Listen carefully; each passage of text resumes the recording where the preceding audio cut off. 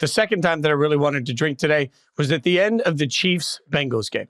Kansas City beats Cincinnati 26-25. And I sat here and I watched it. And as the game finished, I thought, I just don't know how you beat the Chiefs. For anyone that didn't see it, Patrick Mahomes threw for the second lowest yardage total in any game of his career. And the lowest, the only time he threw for less, was a game he did not finish due to injury. Patrick Mahomes threw 2 interceptions. The entire Chiefs team looked out of sorts, out of whack. Yet, here we are, with a minute and a half left. Chiefs get the ball. Mahomes has the chance. And what do? They drive down the field. And they even get stuck on a 4th and 16 that felt seemingly impossible. And instead of the game ending, as seems to always happen with the Chiefs, there's a pass interference call that, by the way, was the right call against the Bengals. It was the right call. It put them in field goal range. And before you know it, as time expires, 26-25, the Bengals, who weren't particularly clean in this game either, lost to a Chiefs team that gave us a half-assed Kansas City effort. And even through that, the Chiefs get the 1-point win. I don't know how you beat a team that just always finds a way to win. Fitz, I was pretty proud of this. Say winners and losers. I'm trying to sum up this game and how the Chiefs pulled this off. And I equated it to Breaking Bad and Jesse Pinkman just screaming to the heavens, how does he keep getting away with this? That's the Chiefs. How do they keep doing this? And I know all the conspiracy theorists are going to be up in arms. Oh, the referees are on the Chiefs side and all this kind of stuff. Oh, stop. It was a right call. He got there early. It's a rookie 7th round pick at safety. Probably shouldn't be in a game at that point because he's going to make mistakes like that. He got there early and they just snatched that win when it looked like a loss. And I'll be honest, I'm a little concerned about the Chiefs. Again, it's early in the season. Teams are figuring things out, but they are one of the teams that does play starters in the preseason. And through 2 games, what do we have? We have if Isaiah Likely comes down with that touchdown, he was inches away from it. The Ravens are going for 2 in the win. In this game, they got pretty lucky to win. They got a scoop and score fumble return for a touchdown and still should have lost at home to the Bengals, who did not look good against the Patriots in week 1. And you just, like you said, this is not the high-flying Chiefs offense that we expected. Really, Mahomes throws for 151. They were fine. They were bad in any way, but this isn't Mahomes throwing for 340 or anything like that. This was kind of a quiet day for Patrick Mahomes. Travis Kelce, is the age curve hit? We have to wonder about this. He's at that age. I don't want it to happen. He's an all-time great, fun player. But in this game, I believe he had 1 catch, 5 yards, something like that. He's just wasn't really a factor in any way. And you have to wonder if that's just Travis Kelce going forward. I'm a little concerned about the Chiefs. I think they're going to be fine. They're 2-0. 2-0 is 2-0, and it makes a big difference. You're not the Ravens trying to figure this stuff out at 0-2. But just the way these first 2 games have gone at home, again, good opponents, so it's not the worst thing in the world, but they're not exactly clicking on all cylinders. Maybe that comes later in the year, and this Chiefs team is just going to go on to dominate. But it's not happening yet, and they could very, very easily be 0-2 right now. They could, but then the other side of it is, I know that we just talked about how Baltimore could be panicking. They have a win over Baltimore and the win over the Bengals. This is why the schedule game. You're right. This is why, every year in the fall or in the spring, when we sit down and say, okay, let's look at it. Well, this is going to be an easy win. This is going to be it. We don't know.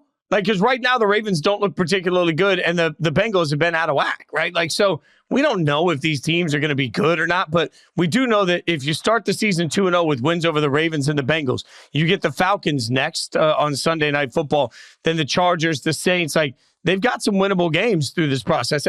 The hard part for Kansas City, I take the opposite approach to you because it looks ugly and they still win. And the problem is, as we've covered a million times, when you look at the record of Mahomes in close games, it's absolutely unthinkable how good he is in 1-score games. He doesn't lose 1-score games. And the problem is the Chiefs don't play games that aren't 1-score games. So what the hell do you do when 13 seconds is enough time for a fan base to realize they're not going to the Super Bowl while Mahomes just marches down the field? It happens over and over. At some point, it's not luck, it's identity. At some point, it's not, oh my God, the world's fixing these outcomes. It's just, oh my God, there's a culture here that finds a way to win. Good teams find a way to win, and the Chiefs just do it.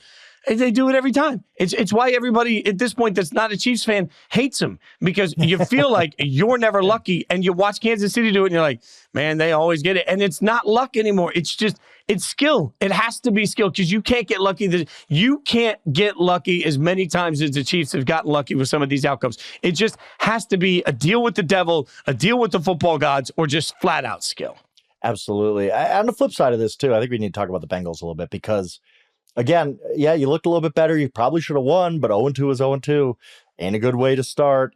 And, Burrow slammed his helmet down after the defensive pass interference. He was the Jesse Pinkman really here.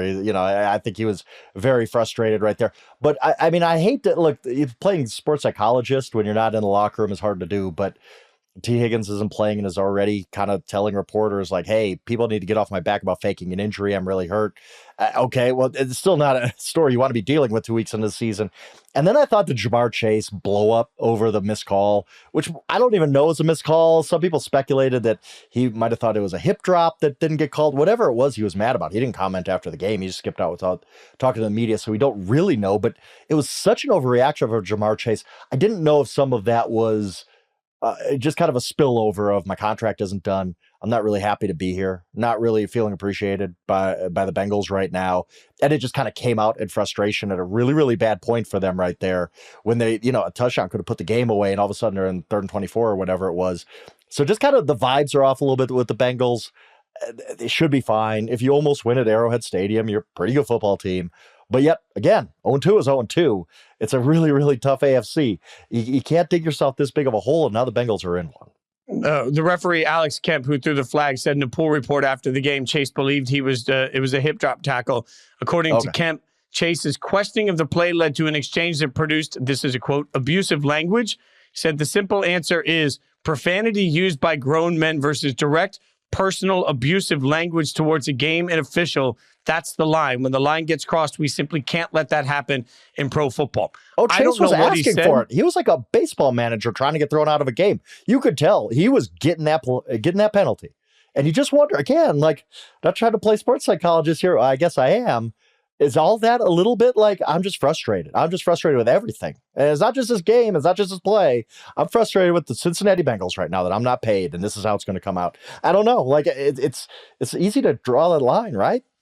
And at some point, what do we always hear? The absolute greats know how to channel their emotion, know how to cap their emotion, and play within their emotion, right? So, like, you can play with emotion, but you can't let emotion play you. And he got played by his emotions in this. He's got to be better. If he's one of the best in the league and wants to be paid by like one of the best in the league, he has to step up in these moments. He cannot do that to his team in these moments. And Inexcusable. The official was trying to walk away.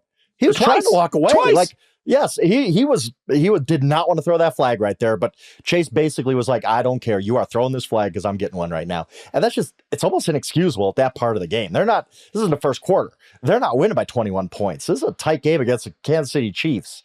And now you blow that game, and now you're winning a tiebreaker over them. Let's put it that way. And it was 3rd and manageable. Like, if he doesn't get if the flag isn't thrown, it's 3rd and 5, it's 3rd and 6. And it went from 3rd and 6 to 3rd, or I guess it would have been math. It would have been 3rd and 7. 3rd and 7 because it went to 3rd and 22. So that means the 15-yard penalty. So but still 3rd and 7 felt manageable. They were in a manageable down and distance period in that game that, the game was so close. Also, we saw a missed extra point that, like, Cincinnati imploded. Like, Cincinnati can look back and say, okay, we lost this game for several reasons. It's Burrow's just fumble that gets returned for a touchdown. Like, they were a better team. They really were. They got nothing to show for it.